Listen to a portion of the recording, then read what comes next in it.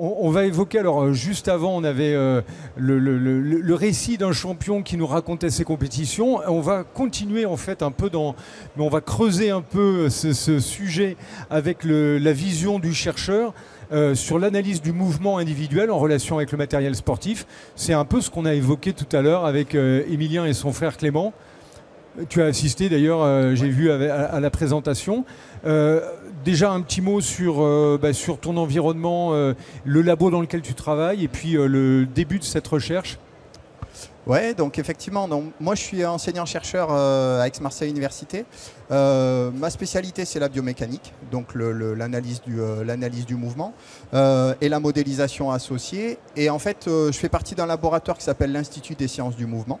Ce labo, il est pluridisciplinaire. Donc en fait, on va aborder la motricité et le mouvement avec plein d'axes différents, que ce soit de la physiologie, que ce soit de la neurophysiologie, des neurosciences, de la biomécanique, mais aussi de la psychologie et de la sociologie. Donc l'idée, c'est vraiment de poser une question, de poser un problème et d'avoir différents regards pour essayer d'y répondre ou pour essayer d'apporter un petit peu de connaissances supplémentaires. Et l'intérêt, c'est que en fait, ce laboratoire est affilié à l'Institut Carnot Star et en termes de thématiques, on a des orientations qui vont sur le sport, sur la santé et sur le bien-être, avec à la fois des recherches fondamentales et puis des recherches beaucoup plus appliquées en lien avec l'industrie.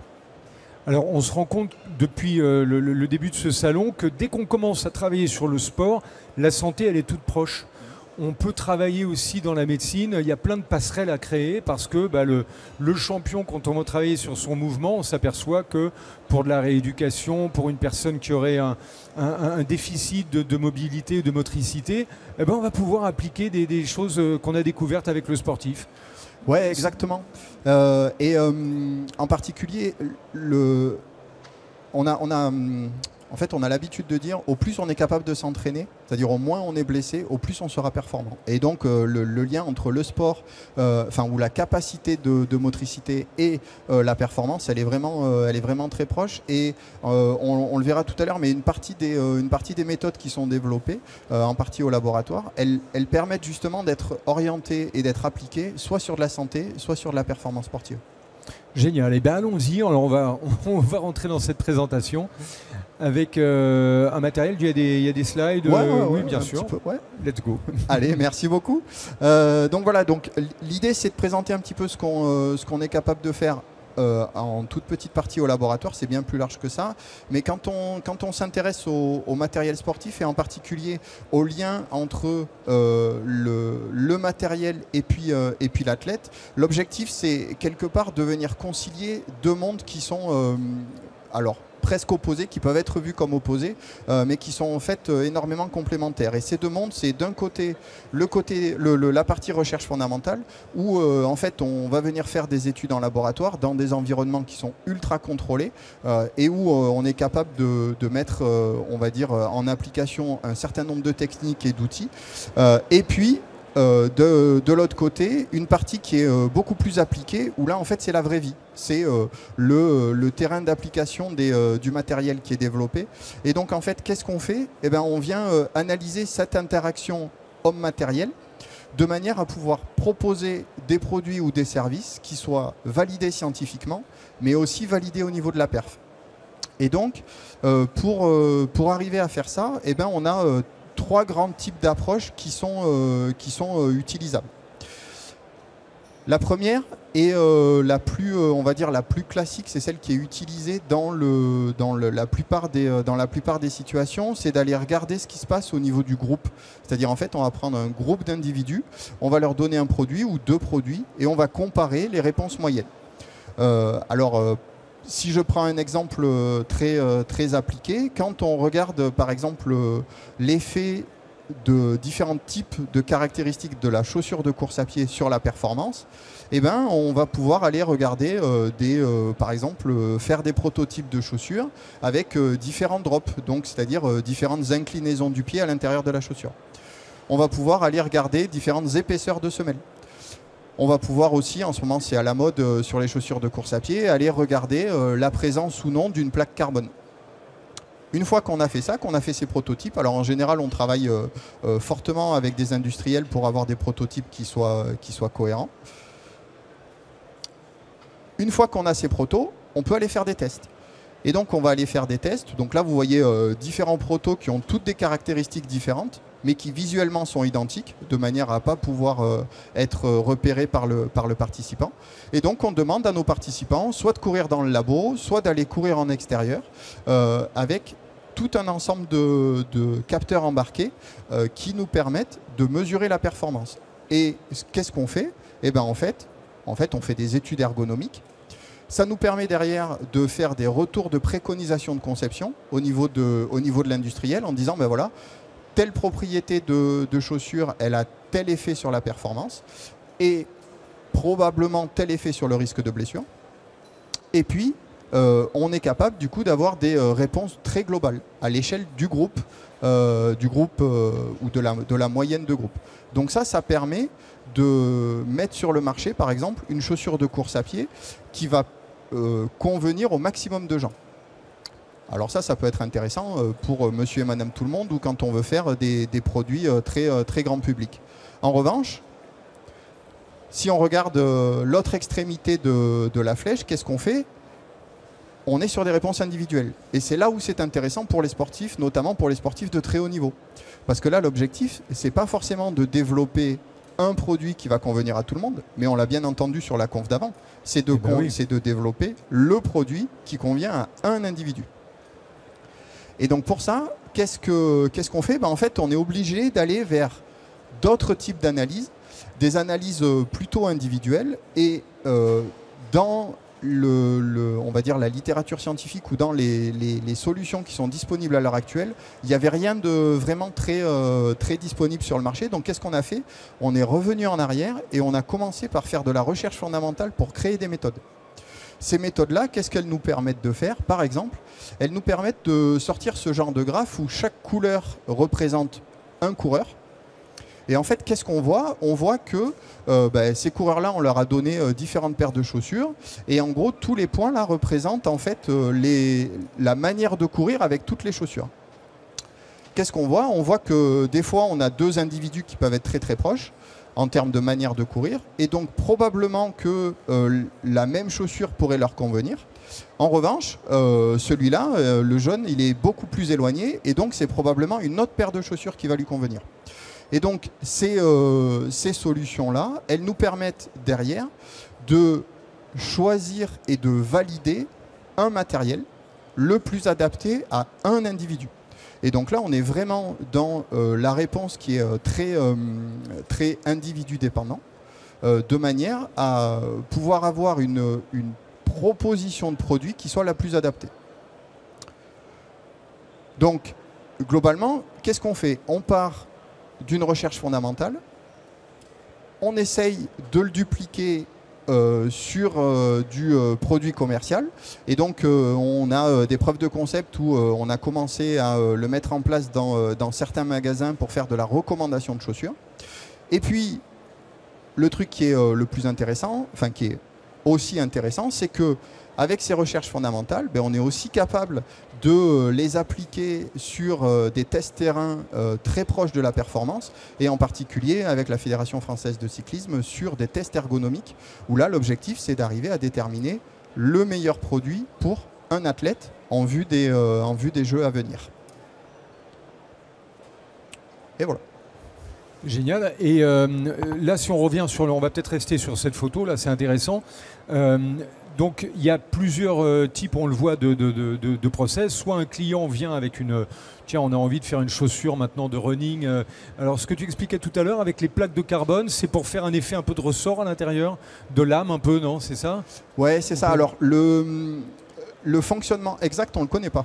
Ah oui, mais on sait que ça marche. On sait que ça marche. On sait que ça marche. Il y a plusieurs trucs. En fait, c'est une combinaison entre la présence de la plaque carbone et puis la mousse de la chaussure. Les fabricants, ils ont énormément travaillé sur les mousses. Et on pense que c'est vraiment un combo des deux. Et plutôt qu'un effet ressort, c'est plutôt un effet balançoire. C'est-à-dire c'est exactement le même principe que quand vous êtes en bas d'une balançoire et que la balançoire vient taper, Ouais. ben, en gros vous êtes éjecté, enfin la personne qui est en haut est éjectée. Ouais. Et ben là en fait on a exactement le même principe avec au niveau du talon, c'est-à-dire dès que la chaussure a basculé, ben, en fait on a un kick qui nous permet de rebondir, enfin pas de rebondir justement, mais d'être propulsé vers l'avant. Donc on pense que c'est un petit combo. Un effet rebond plutôt que... Ouais, balançoire plutôt que rebond. Et Mmh. après, il y a aussi des effets de la mousse, notamment sur les aspects fatigue musculaire et vibration du muscle. Voilà, mais c'est encore un champ de recherche très ouvert. Excellent. Et alors, on voit toute l'importance aujourd'hui. Ça me fait penser au magasin, je ne sais pas si on est chez Decathlon, là, où on ne va pas citer de marque, mais quand même, on est dans le sport. C'est un grand acteur aujourd'hui qui a cette politique en fait de tester plein de produits avec ses utilisateurs, avec ses usagers. Des fois, ils ont un petit Fab Lab au-dessus. Tiens, tu fais ça, viens, montre-nous ce dont tu as besoin, toi, pour courir. Et puis, on fait évoluer les produits comme ça. Il y a un peu cette démarche-là aussi d'écouter l'utilisateur et de savoir ce vers quoi il va, quoi. Ouais, complètement. Alors, effectivement, chez Decathlon, on a une chaire de recherche avec eux depuis plusieurs années. Justement. C'est pas étonnant parce qu'ils sont très axés innovation quand même. Ouais.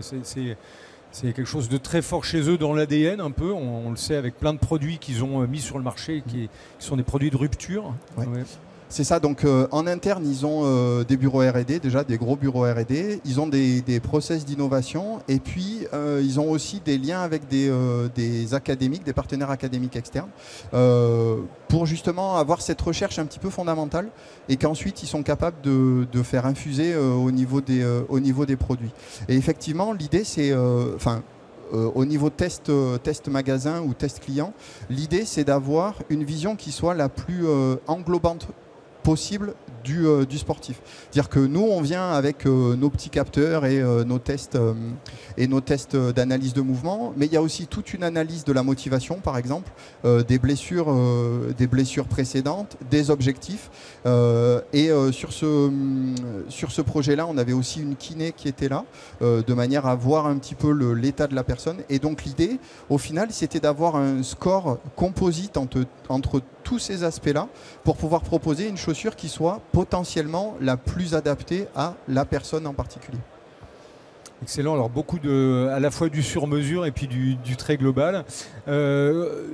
C'est des recherches qui s'étalent sur combien de temps? Est-ce que vous avez, c'est quelque chose de permanent, on va dire, sur le mouvement? Vous travaillez sur des sujets précis pendant 2-3 ans et puis après vous évoluez en fonction de ce que vous avez appris? Comment ça marche à l'intérieur du labo, quoi? Alors, 2-3 ans en termes de recherche, c'est court. C'est court, oui, j'imagine. On est sur du 20 ans là, avec le CEA derrière. Bon, c'est ça, en gros, la partie course à pied au labo, ça fait une vingtaine d'années qu'elle a commencé en termes de recherche. Et en fait, ce qu'on fait, c'est qu'on mélange à la fois une partie recherche fondamentale, entre guillemets, fonds de commerce, qui peut être complètement décontextualisé de l'industriel. Et puis de temps en temps, en fait, on vient faire des pics ou des redites et venir ponter avec l'industriel pour faire ce que moi j'appelle de la recherche fondamentale appliquée, c'est-à-dire que on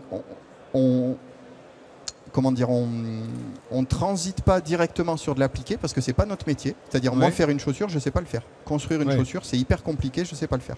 Par contre, me mettre autour d'une table sur un plan horizontal en disant voilà les connaissances que je peux amener, qu'est-ce que vous amenez comme connaissances, vers où on veut aller, ça c'est des trucs dans lesquels on est de plus en plus sollicité et qui sont de plus en plus efficaces.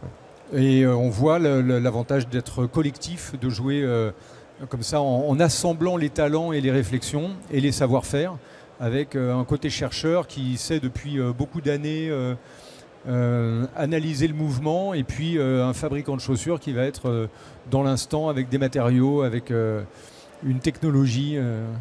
Et un client. Oui, aussi. Ou un utilisateur, et c'est là où ça devient intéressant, et notamment par exemple le projet sur les études ergonomiques avec la Fédé de cyclisme, c'est vraiment là, c'est-à-dire que en fait autour de la table il y avait des chercheurs, y compris de la cellule perf de la Fédé, un podologue, il y avait la personne qui faisait le matériel, il y avait il y avait les athlètes qui étaient là.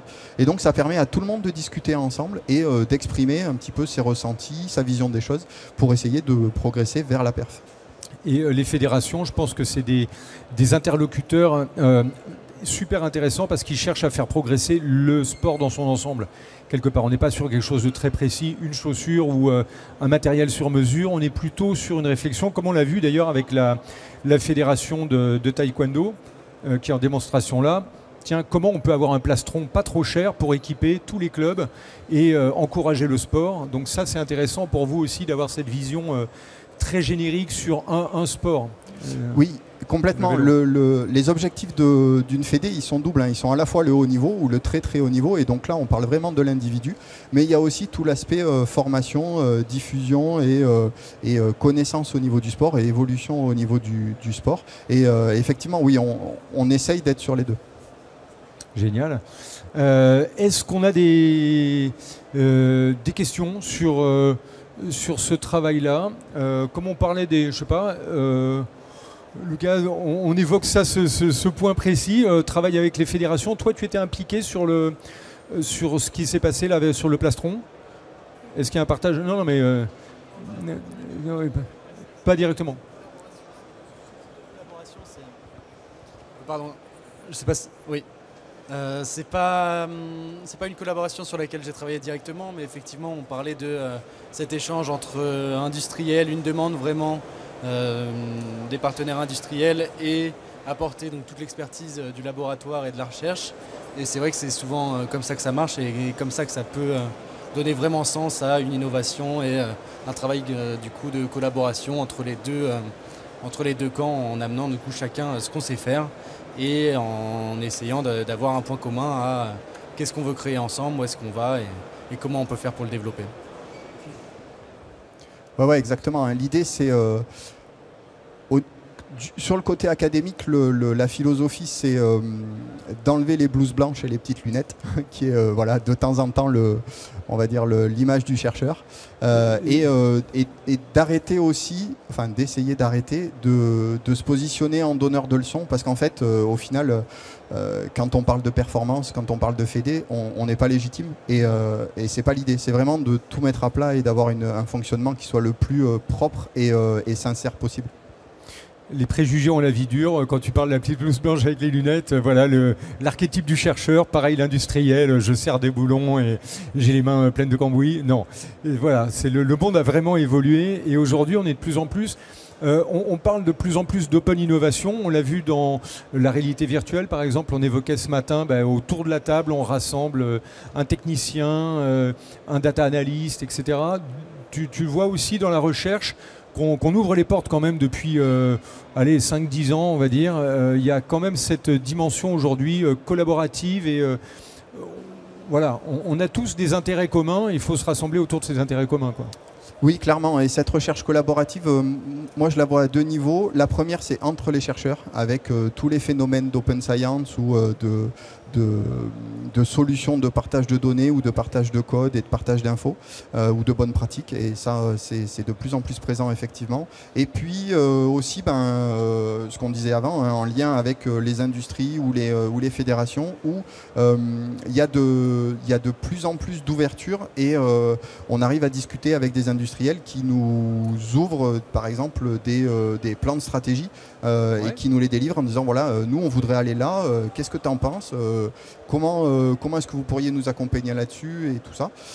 Et nous, à l'inverse, ça nous force aussi à être pertinent sur ce qu'on propose en face, les collaborations ou les partenaires qu'on peut aussi ramener, parce que on ne sait pas tout et on ne sait pas tout faire. Donc il y a des moments où il faut qu'on rajoute d'autres partenaires pour pouvoir répondre à la sollicitation. Voilà, donc oui, clairement, il y a un virage qui est amorcé et j'ai l'impression que les résultats sont plutôt probants. Carrément. Alors, une question. Yes ? Ouais, Guillaume, j'ai une petite question en fait à laquelle je viens de penser là, par rapport à ce que tu as dit. Moi, je fais pas de sport. Hein. Moi, je travaille sur de la microscopie, donc sur des. Je vais oser dire sur des choses plus techno. Et je pense que je me trompe justement. Et j'ai toujours eu l'habitude de dire depuis longtemps que je travaille avec des industriels aussi pour bénéficier des technologies qui actuellement, par exemple un laser ou une caméra, actuellement, il y a 50 ans, si tu voulais le meilleur laser qui existe, tu allais dans un laboratoire le chercher. Actuellement, je pense que le meilleur laser qui existe, le plus robuste et le plus fiable, il est chez un industriel. Toi, quand tu nous montres la photo avec l'ensemble, le parterre de chaussures tout identique mais pas identique, c'est pareil, je pense qu'il n'y a aucun labo qui est capable de te fournir ça. J'imagine, mais je pensais à tes capteurs. Parce que en fait, les liens que tu peux avoir avec les industriels qui te fournissent les instruments de mesure, est-ce que c'est là aussi... est-ce que c'est les industriels qui te fournissent les capteurs ou est-ce que tu peux trouver quand même des capteurs d'intérêt ailleurs que chez les industriels? Alors, pour nous, les capteurs qu'on utilise, c'est des capteurs qui sont la plupart du temps commerciaux, pour plein de raisons et en particulier pour des problèmes de fiabilité. Voilà. Et en même temps, il y a des fois où on va chercher d'autres labos pour développer du capteur, parce qu'il y a des labos qui sont spécialisés là-dedans. Et l'idée, c'est justement... Moi, je me place souvent, soit en tant que... soit au niveau de la définition du cahier des charges, au niveau du capteur, en disant ben voilà, j'ai besoin de mesurer ça. Actuellement sur le marché, je ne trouve pas ce qui m'intéresse. Est-ce qu'il y a la possibilité de le développer? Donc soit au tout début, soit à la toute fin, en tant qu'utilisateur final. Mais je n'ai pas les capacités techniques, en tout cas personnellement, de développer les capteurs. Mais par rapport à ta remarque, je dirais que c'est peut-être moins le cas dans le domaine des sciences du sport que dans le domaine du laser ou des choses comme ça. Où peut-être que les indus ont une place qui est plus forte et, voilà, que dans ce qu'on fait. Parce que c'est vrai qu'en parlant de laser et de nouvelles technologies, quand on se balade un peu dans les allées, on voit que les entreprises, ils sont bien équipées. Hein. C'est impressionnant et ça donne envie. Hein. Ça donne envie. Bien, merci beaucoup Guillaume pour ce voyage au cœur du labo d'Aix-Marseille Université. Merci, on peut applaudir.